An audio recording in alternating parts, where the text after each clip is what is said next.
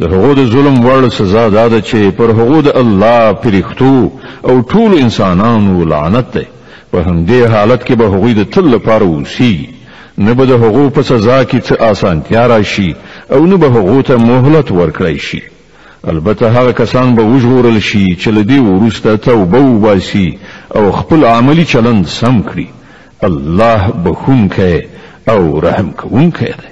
خو کوم خلکو چې له ایمان راوړلو وروسته کفر غوره کړی بیا په خپل کفر کې پرمختګ کړی دی، د هغو به توبه هم نه قبلیږي.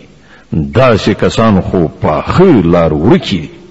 باور ولرئ چې کوم خلکو کفر غوره کړی دی او همدا د کفر په حال کې مړه شول، له هغو نه که څوک له سزا څخه د خپل ځان ژغورلو لپاره دا ټوله ځمکه له سرو زرو ډکه جریمه ورکړي نو هغه به قبوله نه کړی شي. د داسې خلکو لپاره دردناکه سزا تیاره ده او هغوی به د خپل ځان لپاره کوم رستندوی ونه مومي.